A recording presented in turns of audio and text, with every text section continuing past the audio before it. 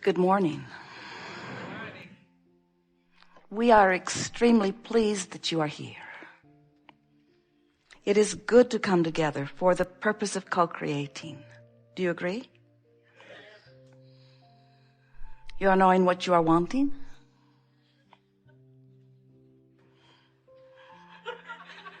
There's trouble over there.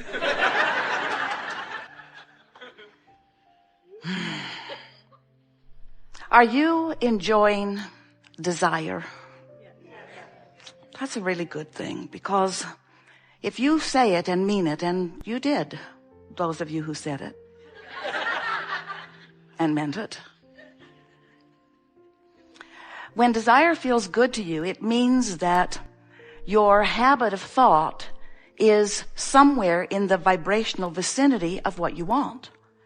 In other words, your desire and your belief are not so far apart that your desire is torturing you.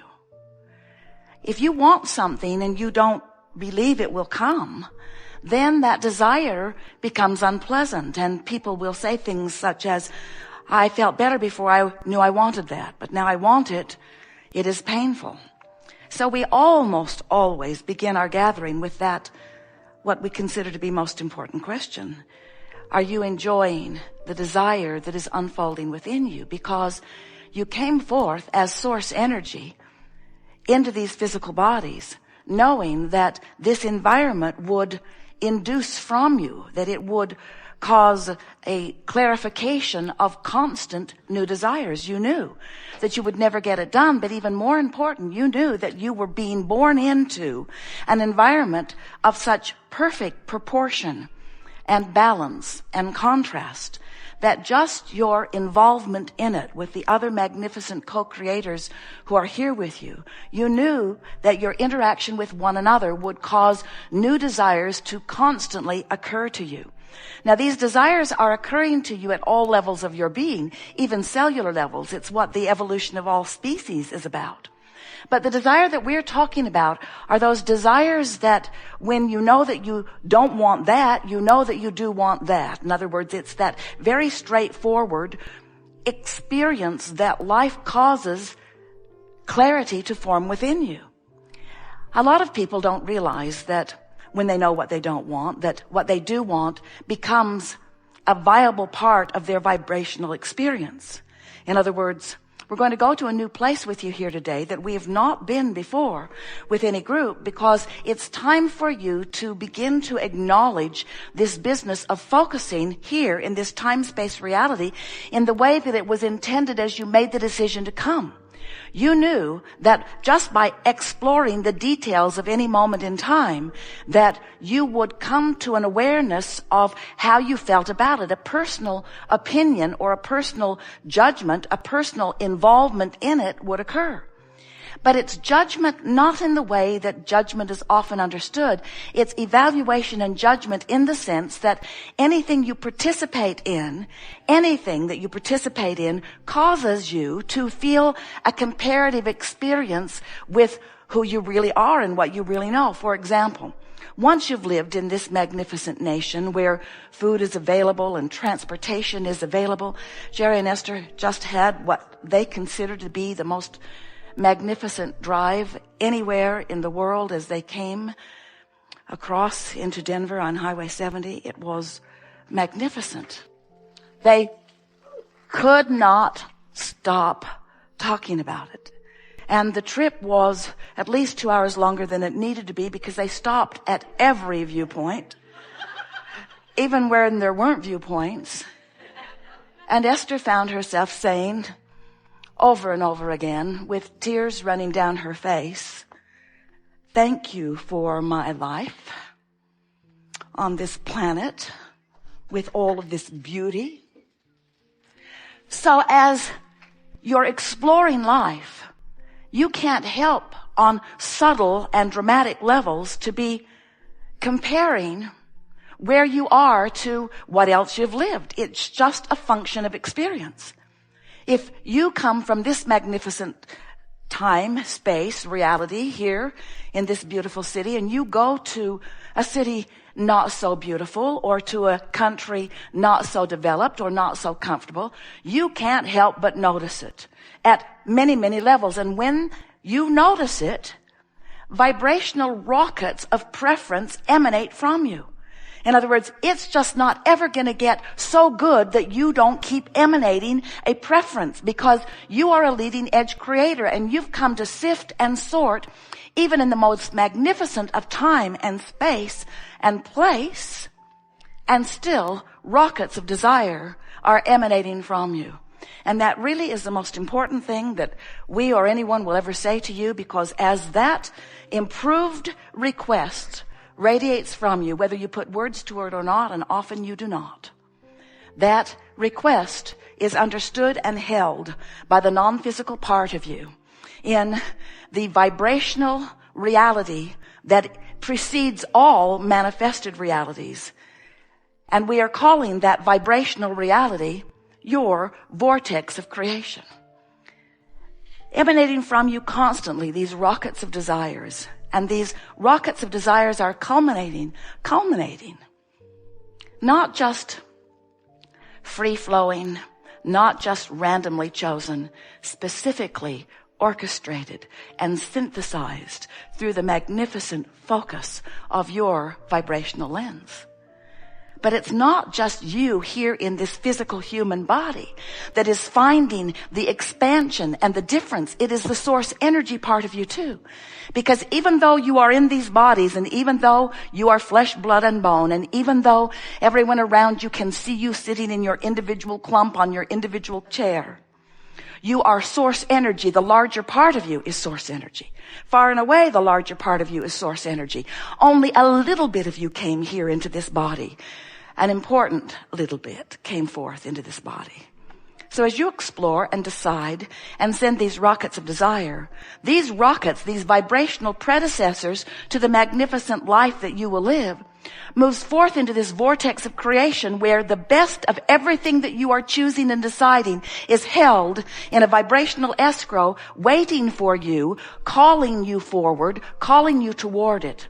And when you come forward, which means when you believe what you've put there, when you become a vibrational match to the vortex that life has helped you to carve out, when you move into that vortex, leaving all resistance and lower frequencies behind, achieving vibrational altitude to the furthest, most expanded part of your beingness, you feel good. That's what positive emotion is. When you feel passion, that's why. When you feel exhilaration, that's why. When you feel love or appreciation or joy, that's why. When you feel tension or apprehension or fear, when you feel blame or guilt, when you're worried, when you're angry, you're not in vibrational sync with who you really are. And that's the thing that we want you to understand. That's what we want you to hear. It's not that you're not up to speed with something that is outside of you. It's not that you're not meeting some criteria that someone outside of you has assigned.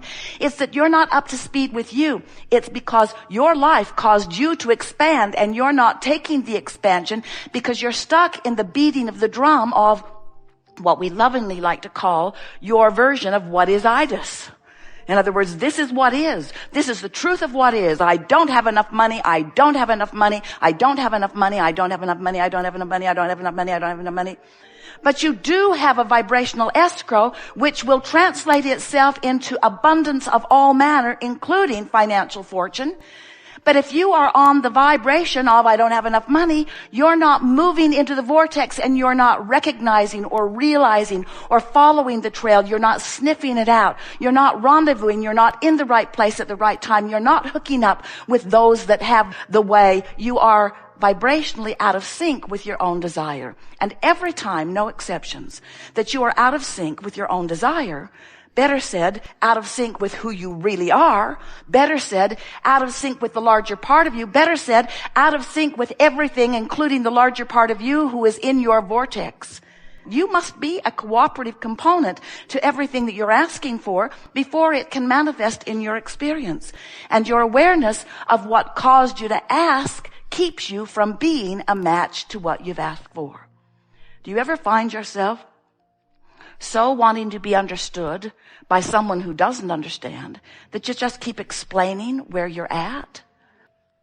Maybe if I tell it one more time in a louder voice, this person will get me.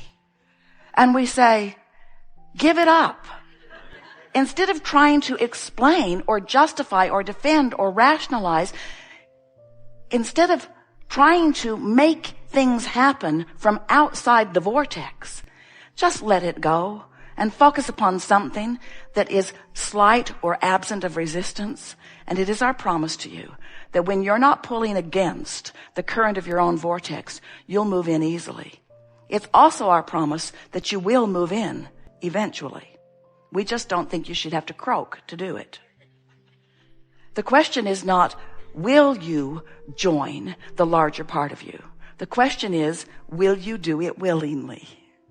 And that's really what this gathering is about. We want to show you how to release your patterns of thought that are the only thing that are keeping you from what's in your vortex. We want to show you how to release beliefs that are contrary to desires.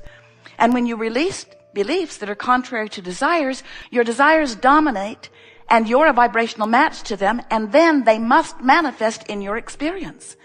There are so many practical minds today out there annoyed even at the concept of law of attraction, saying, but what about all those people who I know very well wanted this and this and this and this, and they're not getting it. So don't tell me all you have to do is identify what you want and you get it, because there are all kinds of people, they will say, especially me, who want things that I am not getting. This law of attraction stuff stinks, they will say. And we say, law of attraction is so valid and so accurate that it always gives you a perfect reflection of how you feel about every single thing. And what trips so many of you up is that you feel validated and justified in feeling the way you feel about things because you say, this is what reality is, and I've been taught to face reality. So I'm just telling the truth. I'm just telling it like it is. And we say, don't do that. And you say, whoa, that upsets everything that I've been taught from the beginning of listening. I've been taught that I'm supposed to face reality and admit to it, own up to it. And we say, if you let what is be what you give your dominant attention to, you cannot move into what you're asking for from your place of knowing what is. You have to let go of what is in order to go to what you are desiring. Now we know some of what is exactly what you want. Give your undivided attention to that. That's wonderful.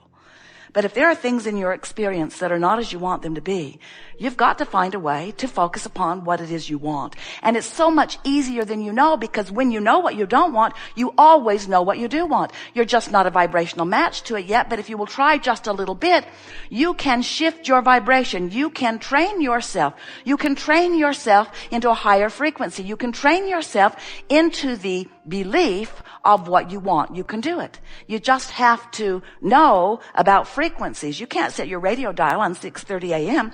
and hear what's being broadcast on 98.7 FM. The frequencies have to match up. The transmission and the reception have to be on the same vibrational wavelength. So when you've been beating the drum of something that is right now in your manifested reality, a condition in your body you don't want, or a condition in your bank account that you don't want, or a situation regarding relationships that you don't want, as you focus upon it and talk about it, what you're doing without realizing it is you're practicing the vibration and making that the easy vibration to find. It's like making a little groove that you go to easily. When you think a thought, that thought is a vibration. And as it vibrates, it's attracting other things like it. And if you focus there just for a little while, you'll get a pretty strong and therefore a pretty robust vibration about that going on. And the more robust that vibration is, the more it's drawing power, until soon you'll have a manifestation. And you'll say, see? I knew I was onto something. I knew that bad thing was on its way to me, and there it is. And we say, of course, whatever is your expectation becomes your reality. We just want you to know that you have choices that you're often not exercising because we love you very much. You're lazy. And we mean that in the nicest way.